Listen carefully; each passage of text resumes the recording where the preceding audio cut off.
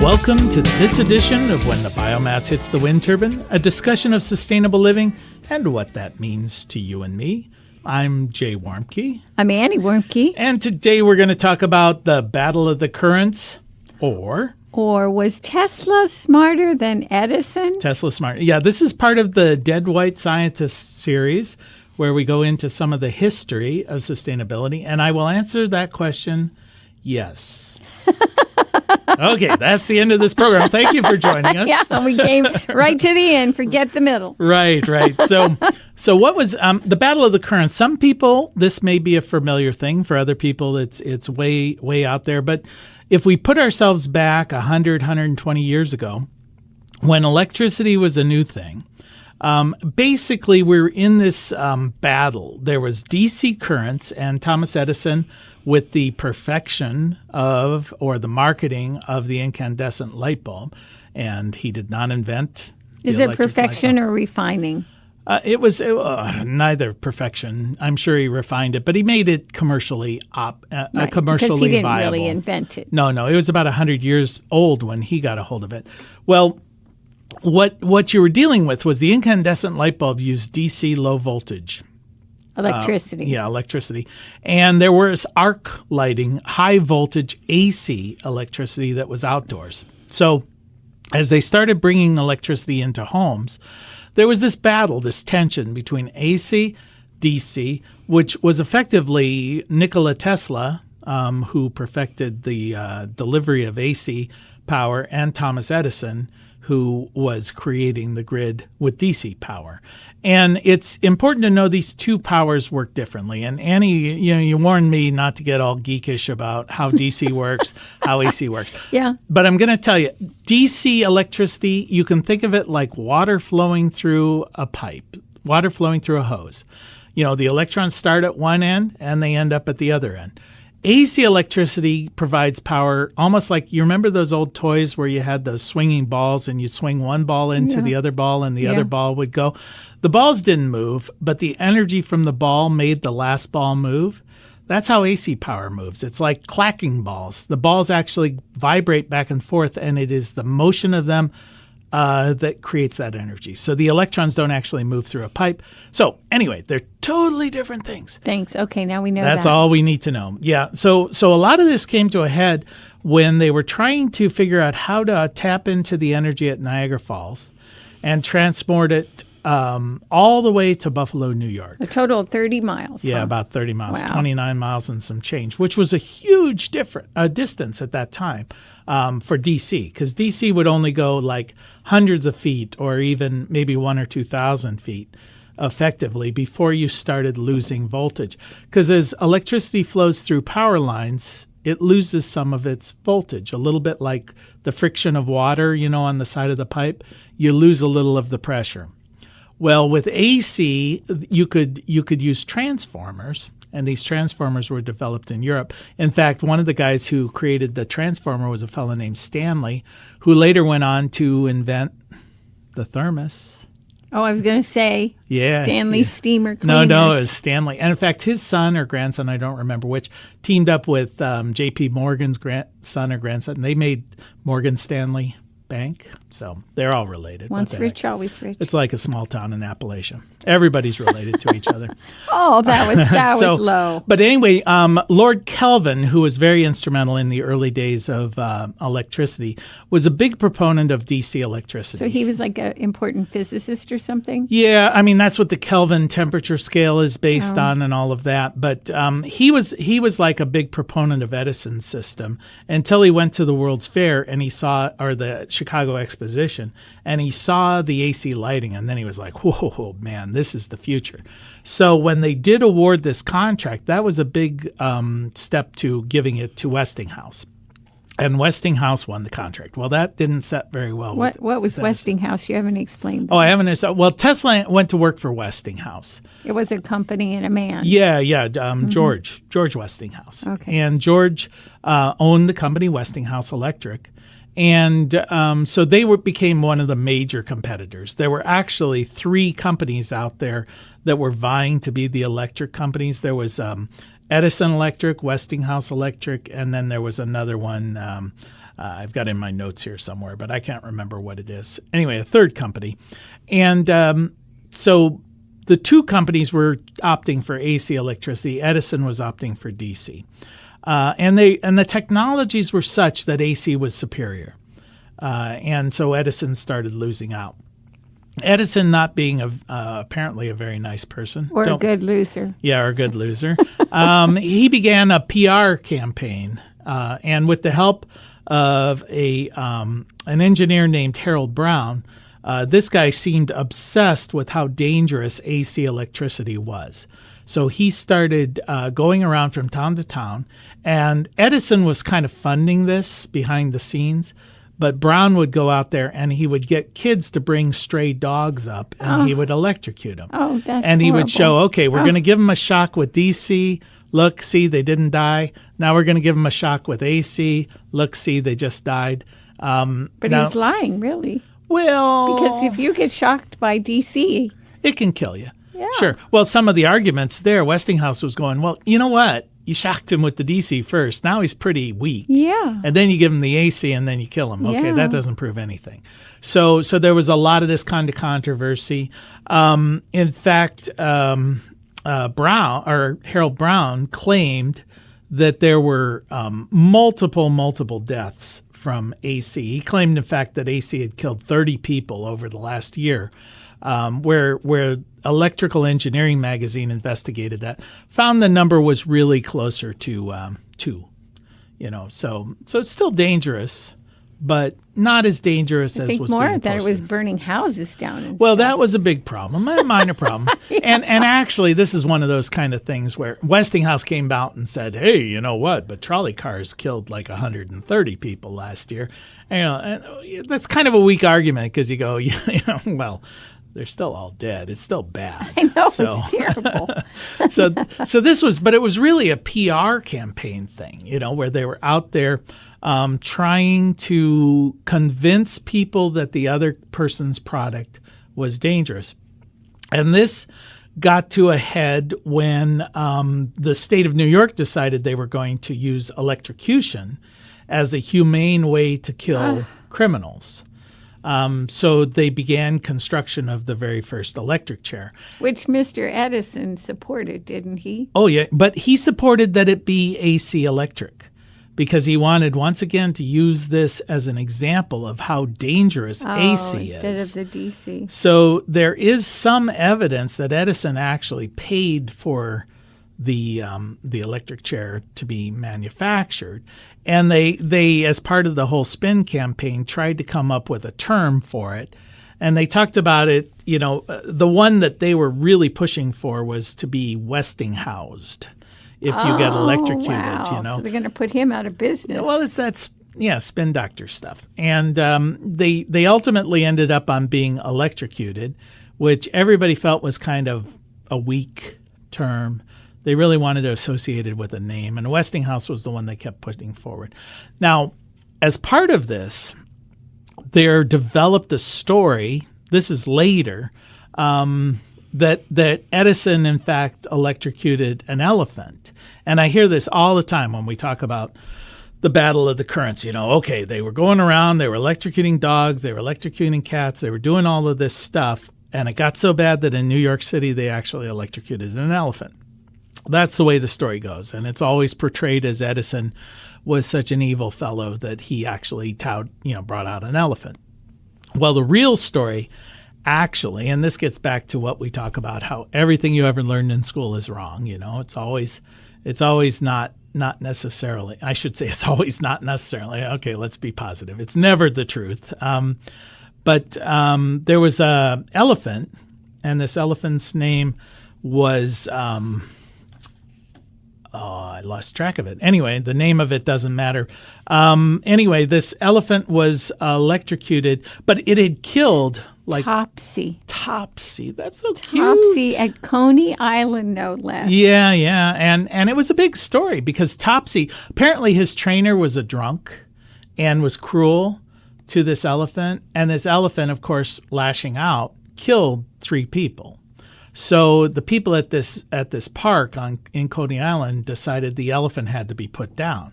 Well, it was sentenced to hang. You know, where are they going to hang it? I don't know. Did anybody think that through? Apparently or not. Maybe they thought it was a good PR thing. But I guess cooler heads prevailed because they decided electrocution. Oh yeah, so much better. But see, at the time, electrocution was a new thing and considered to be very painless compared to the alternatives. Well, they should have had some people walk up there and try it out first. Oh, well, that's, I guess, experimentation is I would have always much good. preferred that to the elephant being hung. Anyway, but when this elephant had to be put down, it's like a rabid dog in this case, you know. But it's, I mean, you could blame the trainer, and they should have maybe electrocuted him. But they, but they decided That's to another electrocute. story. Yeah, they decided to electrocute the elephant, and so it was a matter of it was AC electricity once again, and the argument was that that Edison was behind this. Well, he wasn't. Although the Edison company apparently filmed it because it was a big story. It was a big news story. But see, this was 10 years after the Battle of the Currents, so it wasn't. It wasn't part of it. Wasn't going to sell the story. The narrative was such that.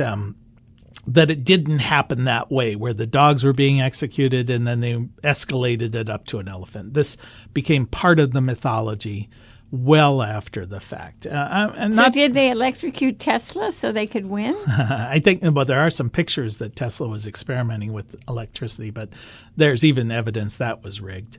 So, what, that he was shocking himself? Yeah, there were pictures of him surrounded by electrical bolts and all of that. But apparently he did a double exposure that made him sitting in his laboratory, and then he did an exposure of the electricity going around the laboratory. But he was a showman as well. I mean, he was big into that. So anyway, as part of this development, because AC electricity was a superior technology at this time, for transmitting electricity over longer distances. Because remember I said that some voltage gets lost as you transmit it? Right. Well, if you can elevate the electricity to, say, 1,000 volts, and you're still losing 10 volts, 10 from 1,000 is a lot smaller percentage than 10 from 12.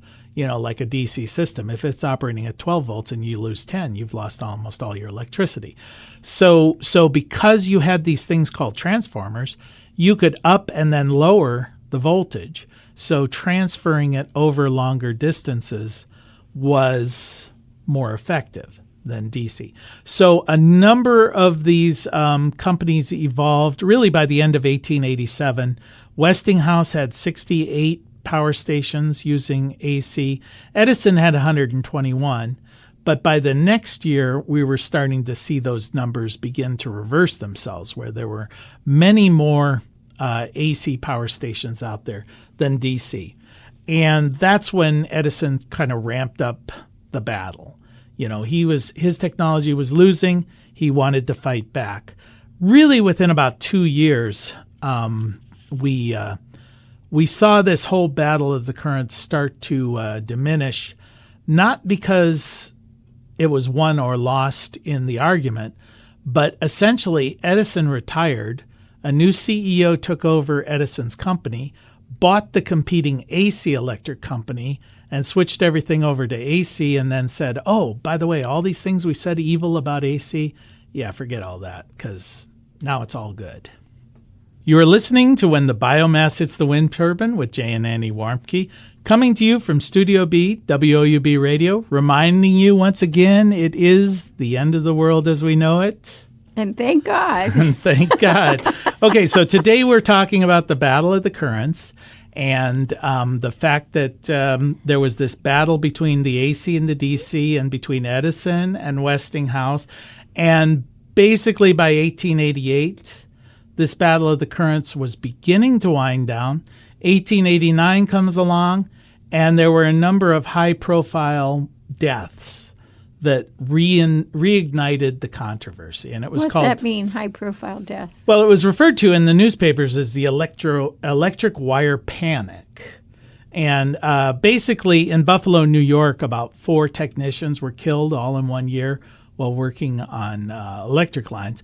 And one of them, there was a telegraph worker, and I think this was in New York City. He actually, he was working on the telegraph wire, which is supposed to be low voltage, but it was shorted out to a high voltage AC electric line, and he got electrocuted. But he was working right outside of City Hall, so he fell into the wires, he tangled all up, and his body was hanging there in front of City Hall for about an hour while they tried to get him down. And it was not a good PR situation for Westinghouse. So this started the whole controversy all over again. In Europe, they had settled a lot of this because they buried the wires. They put the wires underground. In America, in New York especially, they did not want to go to the expense of burying these wires. So Westinghouse and the other companies argued vehemently that no regulation was required, except people started dying. So they got into this whole PR battle, which was basically the battle of the currents. In fact, it began to cost them so much money, and there were so many lawsuits that Westinghouse was right on the verge of bankruptcy, at which point J.P. Morgan, the banker, decided he was going to take advantage of this situation, and he began manipulating the stock market, and he was going to take over the electric industry by forcing Westinghouse, forcing these other people out of business, and swooping in like a jackal and taking over. And the only thing that saved it was Tesla, who agreed essentially to tear up his patents on AC electricity and let them use it for free, which he lost about $1 trillion, they figure. Well, so what would have been different if they hadn't won out and AC had remained the dominant electric? AC became the dominant. DC, sorry. Well, DC was inherently, with its properties of 100 years ago, you would have had to have power stations just about every 1,000 feet. So electricity only would have been available in urban centers. It would have changed things dramatically. There would have been no rural electrification program. There would have been no electricity out of the very centers of towns. I often hear when we're talking about these things, why do we use AC electricity instead of DC electricity today? And people still will say, well, AC electricity travels better over long distances than DC does, which is not true. In fact, most of the high-powered electrical lines that are in the U.S. now that travel across the country are DC. And DC does actually travel better over longer distances. But it required the development of the computer, basically, to allow us to begin to change the voltage of DC the same way we were able to manipulate the voltage of AC back in the 1890s. Could we do that now today with broadband? With broadband. Because we just rural America has such a bad time with that. We could just get some computer program that would suddenly transform something like DC. Well, you can actually transmit data, broadband, over electric lines. Yeah, but they're not doing it. I know. Well, that's a different issue. That's just the motivation of the companies involved. In fact, it's interesting you mentioned that because Nikola Tesla, he became obsessed with how can he make this invention of his, AC electricity, safer. So he got into this mindset that if he could emulate the waveform of sunlight, get that frequency, get that kind of intensity, obviously sunlight didn't hurt people, didn't kill people. If he could transmit electricity wirelessly and at the same frequencies as sunlight, he would make AC safer. And in fact, he ended up inventing the radio as part of this. And I hear people out there listening at the moment saying, wait a minute. Tesla did not invent the radio. Well, au contraire, he did, right? And he actually patented it. And it wasn't until a couple of years later, Marconi, who is credited today with inventing the radio, it's assumed today he took many of Tesla's ideas and began to incorporate that into his radio production. And when he brought it over to the United States, he was infringing upon a number of Tesla's patents. Tesla didn't really seem to care. Tesla was one of these guys who he dearly wanted credit for his things, but he was not all that focused or that good at focusing on money. So he kind of let it slide until Marconi was awarded the Nobel Prize for inventing the radio, at which time Tesla pretty well freaked out and started suing him for infringement. And by then, Marconi had a bunch of money. Tesla did not have a bunch of money. The patent office had awarded it to Tesla, had reinforced that it was Tesla's patent, and then suddenly reversed it, gave it to Marconi, and booted Tesla out. Now, they never explained why, but the assumption of modern-day historians is somebody got paid something. And so money talked and Tesla walked in this case. And didn't he sort of fight mental illness much of his life? He did. He struggled with that, I think. I mean, obviously, he was, in his later years, the story goes he was living in a hotel, walking around feeding pigeons and muttering the number 3 over and over and over. I feed pigeons. Yeah, well, okay. I don't mutter. I rest my case. So. I don't muddle. The number 3, I might talk to the refrigerator, though. Well, and what was nice is Westinghouse agreed to pay his hotel room.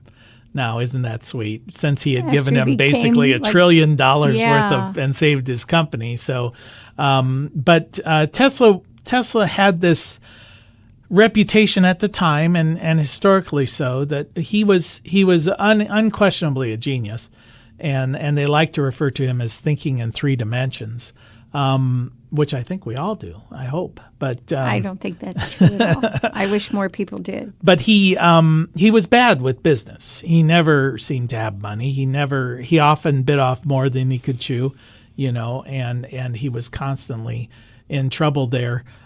He did fight in court. It wasn't until after he died that the U.S. Supreme Court ruled in his favor that he was, in fact, the inventor of the radio. And speaking of... but they don't teach that in school. I know. They say Mr. Marconi did it. Well, they also say that Edison invented the light bulb, and they say that the Wright brothers were the first to fly. I mean, they say a lot of things that aren't true. But one thing that I found was quite interesting is when Tesla was trying to show his wireless products, here he had created radio. Well, one of the things he didn't, I don't think, really saw the voice part of radio being interesting. What did he think it was going to do? Remote control of machines. So he created this wireless boat. It was almost like a submarine, but he had this wireless boat that he controlled remotely. It was a full-size boat? I'm not quite sure. I mean, I wasn't kid's there. Boat. I mean, in those days But that's still amazing. Yeah, it is amazing. And he was controlling it wirelessly. In 1898, here he had this wireless remote control boat, and one of the New York Times reporters was saying, this could be a missile or a torpedo could be put on this. You've created a weapon. This is terrible. And Tesla actually responded to him. The quote I read, it says, "You see here the first of a race of robots, mechanical men that will do the laborious work of the human race." So he was envisioning, 100 and some odd years ago, this idea of remote controlled robotics, which is, the guy, the more you study him, he had some mental health issues. But maybe part of his mental health issues was the fact that he could see these things. A lot of us believe certain things and come to understand certain things about today's political life or how things work, and then people might call us crazy because we really can put all the pieces together and see what's possible. Well, it's usually everything that is going to happen into the future is crazy the first time it's shown. I think it was a George Bernard Shaw quote that says, a reasonable person or a reasonable man adapts himself to his environment. An unreasonable man adapts the environment to himself. So all progress is made by unreasonable men. And that And makes women. sense. Yeah, well, George Bernard Shaw didn't care about women. Come on. Oh, yes, he did. I'm sure he Actually, probably actually did. Yes, he did. So this was the Battle of the Currents. Even something as mundane as why do we use AC electricity as DC has this amazing historical element associated with it that human stories and torturing of animals and people dying and battles and lawsuits and patent infringements and all of that. I just find that the human element of technology development is fascinating, especially since we never learn it. Well, and it's too bad because I think these stories could really get young people interested in engineering and technology in a way that the old boring story does not, the untrue boring story. And I think that is a disservice because even though I'm not a geek and I'm not that keenly interested, I do like the gossip part of it. And sometimes that engages me in a way that I want to learn more. And if that works on me, it's definitely going to work on younger people who are sometimes actively seeking something to be keenly interested in instead of the same old kind of stuff. Okay, so next time you're told that Thomas Edison invented the light bulb, that Alexander Graham Bell invented the telephone, that Marconi invented the radio, that the Wright brothers invented the airplane, just look at the person and know. You don't have to say because they're not going to believe you anyway. That history is more complicated than that. One person builds upon another person's invention. They refine it. They sue each other. The lawyers argue it out. People steal. And then you find out the Chinese invented it 4,000 years I was just going to before. say, or that it's happening in 4 different parts of the world, even though nobody was communicating with each other. That's really the fascinating part of that Things story. come of age. Things come of age, and then it happens. Yeah. So You've been listening to When the Biomass Hits the Wind Turbine with Jay and Annie Warmke, along with Adam Rich, our award-winning Emmy producer. Thank you for spending a bit of time with us. And as your grandmother probably told you, the secret to a happy and sustainable life is to... Annie, play nice with others. I'll try. Clean up your own mess. Sure. Don't believe anything you ever hear. And eat your vegetables. Of course. Thanks for Till being next with time. us. Bye-bye. Mother Earth will sing and her children will be healed. Come on, see the morning glory blossom in the night. Know the stars are dancing in the twilight. Soon we'll be together, all will be revealed. Mother Earth will sing and her children will be healed.